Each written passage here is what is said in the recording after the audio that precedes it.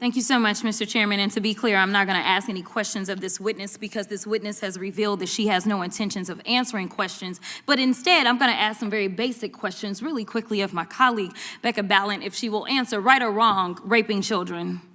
Wrong. Right or wrong, killing random citizens.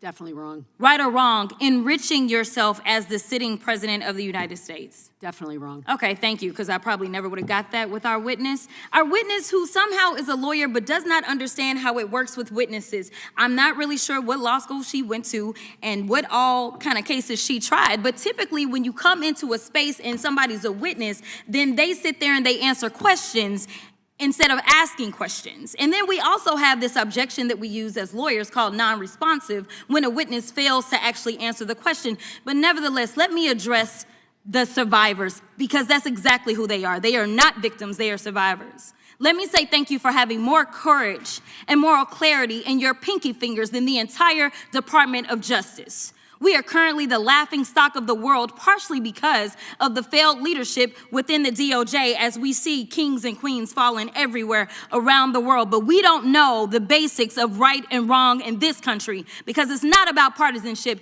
And that's why I applaud Thomas Massie, because he's the only person on the Republican side that has a backbone and knows how to stand up to corruption. But nevertheless, let me keep going. My Democratic colleagues have been attacked this entire committee hearing. They have been lied on, and frankly, the American people weren't looking for that. They were looking for answers about the corruption that they see coming from this administration. In the written testimony of this witness, of this particular witness, she stated that when she took office, she had two main goals. The first was to end the weaponization of justice, and second, to return the department to its core mission. Not only have you lied about both, you've intentionally done the exact opposite.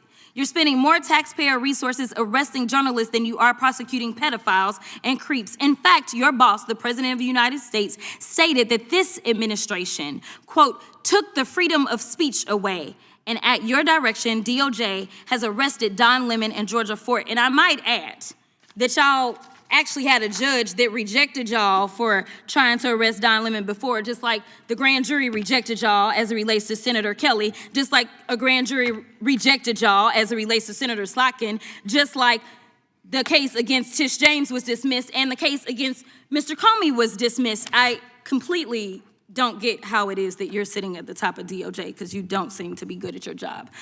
You're spending more taxpayer resources arresting these journalists. In fact, we know after Georgia Fort and Don Lemon were arrested, we know that there were homes of journalists that were raided.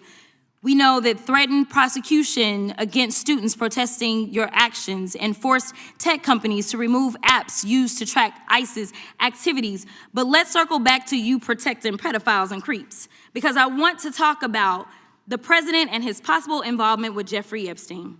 Now, I don't know what the president might have done with Jeffrey Epstein, but unlike this administration, I believe that facts matter, so let's talk about the facts. Fact number one, Donald Trump is one of the most named people in the Epstein files. At least 5,000 files contains more than 38,000 references to Trump, his wife, or Mar-a-Lago. Fact number two, Jeffrey Epstein and Ghislaine Maxwell made young girls available to Trump on multiple occasions. For example, according to this file, Ghislaine Maxwell presented a young girl to President Trump who spent more than 20 minutes apparently flirting with her. Here's another example. This shows notes from FBI investigators that describe Jeffrey Epstein transporting a victim to Mar-a-Lago to meet with President Trump, where he bragged to Trump that, quote, this is a good one. Now, I'm not saying that the president is a pedophile, but there is a lot of evidence in these files that suggests that he's very close friends with a lot of men who are pedophiles. What's crazy about all of this is just that this is a big cover-up. And this administration is engaged in it. In fact, this administration is complicit.